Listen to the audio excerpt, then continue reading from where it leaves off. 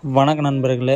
இன்றைக்கி நாள் சவாலாக தான் இருந்தது. ஸோ இன்னொன்று முக்கியமான விஷயத்த சொல்கிறேன். யூடியூப் தளத்துலேயும் நீங்கள் இருப்பீங்க. நான் யூடியூப் தளத்தில் நான் வீடியோ போட்டுட்ருக்கேன். உங்களுக்கு அது சில பேருக்கு தெரியுமா தெரியாதான்னு தெரில.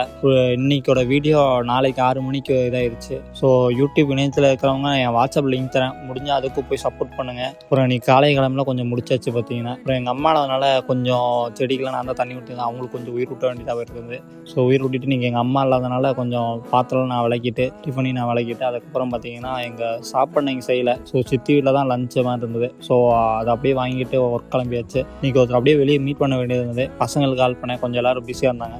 ஸோ அதனால் அப்படியே எங்கள் சித்தியை கூப்பிட்டுட்டு அவங்களோடய போயிட்டு அவருக்கும் கொஞ்சம் ஒரு ஃபைல் கொடுக்க வேண்டியது ஒருத்தவங்க கொடுத்தாச்சு. அப்புறம் எப்பயும் போல் ஒர்க் முடிஞ்சுது. அப்புறம் ஒர்க்கில் யூனிஃபார்ம் போட்டு வீடு இருக்கணும்னு சொல்லியிருந்தாங்க.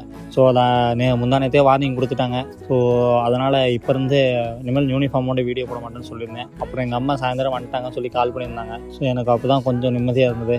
ஏன்னா 2 நாளாக நைட்டு கடையிலே சாப்பிட்டுட்டு இருந்தேன். ஸோ செட் ஆகிற மாதிரி தெரில. ஸோ இதாக இருந்தது. அப்புறம் நைட்டு இரவுக்கு தீன் பண்டெல்லாம் வாங்கி வச்சுருந்தாங்க ஊர்லேருந்து வரப்போ.